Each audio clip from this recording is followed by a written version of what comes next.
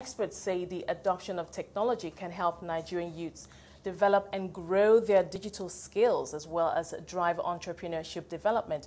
Bunmi Akinyemiju, CEO and co-founder of Venture Garden Group, joins me to discuss this. Bunmi, thank you so much.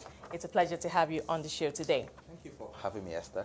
I'm always excited when I have the opportunity to talk about, employment, especially for Nigeria's youth and, of course, the tech. We're seeing this huge tech wave sweeping across Africa, and Nigeria appears to be in the lead. But now we're talking about entrepreneurship.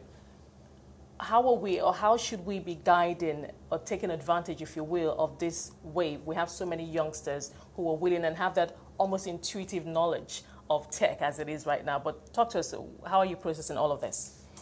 Yeah, thanks, Esther. I mean, glad to be here, Venture Garden Group, and this is what we really stand for. We've always felt that the opportunity that exists in Nigeria because of the youthful population, right? And also because there's so many challenges and problems that need to be solved. Now, that's where tech comes in, and it so happens to be that it is mostly young people and youth. Think about Mark Zuckerberg, in college, that's how Facebook was created. And the story of technology has actually been a story of youth. And we have that as an asset as Nigeria. So I feel like what's happening now in the ecosystem with Nigeria, attracting over $4 billion last year is just a starting point. It's day zero, right, in what we're going to see over the next few years. And the key to that is the youth. They always talk about how, Nigeria has the youth, unemployment.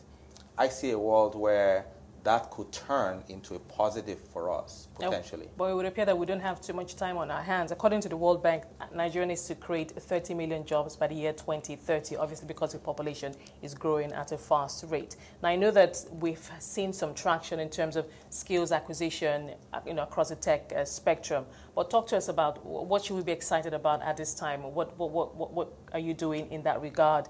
And in what ways can we pick up the pace? Yeah. No, I think the opportunity that exists is the opportunity of leapfrogging. Think about what happened with telco. Think about what happened with, GSM, MTN. We went from landlines, and then boom, we became one of the most connected, kind of countries or continents, in a very short amount of time. Same thing with mobile money. Kenya went from nothing to where, everybody has a wallet with M-Pesa. So I think if you think about that and you think about these 30 million unemployed youth, I think there's an opportunity to leapfrog. And the only way that can happen is through entrepreneurs.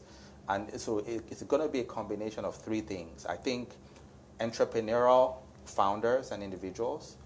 Two is the talent that these entrepreneurs will use to build, unicorns, big companies that solve this problem, especially in edtech. And then the third one is capital. So if you bring entrepreneurial founders, you back them, you support them, you surround them with the right talent and skills that can come from anywhere to build here in Africa and solve African problems, you have capital. So imagine edtechs like Andela. Imagine 100 Andelas come out of Nigeria. They'll solve that problem, overnight, and will leapfrog. Instead of us waiting for government, I think that is the solution. It's about founders. You're absolutely right. We absolutely do need more of them. But part of the work you're doing, I know your company's doing something with the American Consulate, the American Corner. You're providing a hub that will provide spaces for business incubation, discussion groups. Talk to us about that. Sure. No, I'm so excited about that program. So in partnership with the US Consulate, the US government, we've launched the American Corner on Saturday. And it's clear. The U.S. government, obviously there's three sides to it. One is the government-to-government relationship. The second one that everybody is familiar with is visa, because everybody wants to travel to America and get American education. But then the third one is really the public affairs, the community relationships, engagements that the U.S. government has. So the American Corner is essentially the outlet for Nigerians to engage with American government, either from the standpoint of, like you said, innovation, learning. It's open every single day. In fact, right now, it's full almost every day because people are coming. They want to learn about exchange programs, exchange programs with American universities. Some people want to learn how to go to college and how to apply. There's some women entrepreneurship programs that the American government is doing here, right? The AWE program. So there's all kinds of programs there.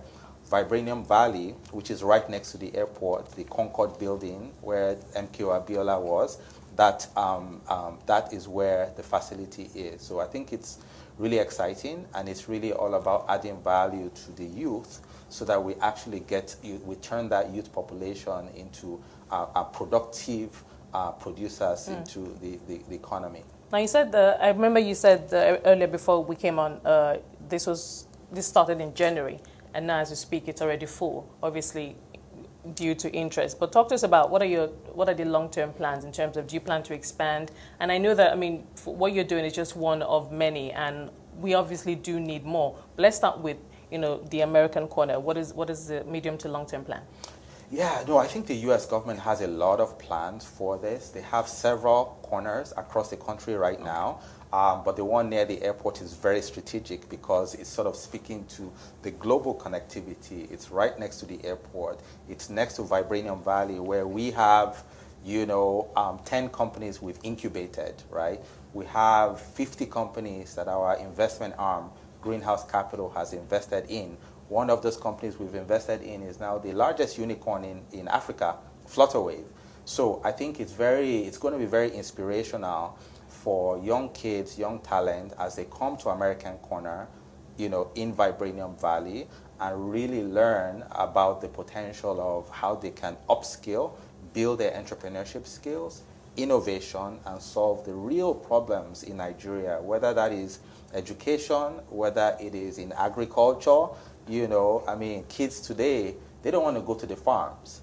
But that appears to be what, the governments that we've had have always tried to, put agriculture at the center of, employment and skills acquisition, etc. Do you think that perhaps maybe if we package it in tech, it will be more appealing to the youth? Absolutely, absolutely. Youth, the young people are not interested in going to school, going to college, and go to the farms because everything is about tech today.